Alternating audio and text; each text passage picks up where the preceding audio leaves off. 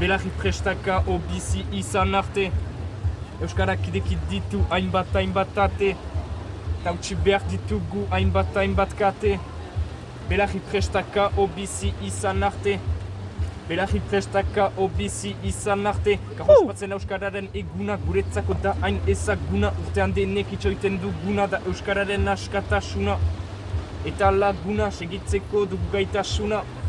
Eta euskara, da gehiozu aitz eta ezasuna. Aipan ezagune euskararen egoera. Aldatu behar da afera, garatu behar da toki guzietan. Baina gilien bat, jomazada ipajaldera. Aldatu behar ere, jendeen jajera. Lotxagarria da zera, polita da jatea. Gora euskara, baina gero zerabiltzea triste da. Euskarak ideki ditu hainbat ate. Ta utzi behar ditugu hainbat kate. Belarri prestaka bizi izan arte. Belarri prestaka bizi izan arte.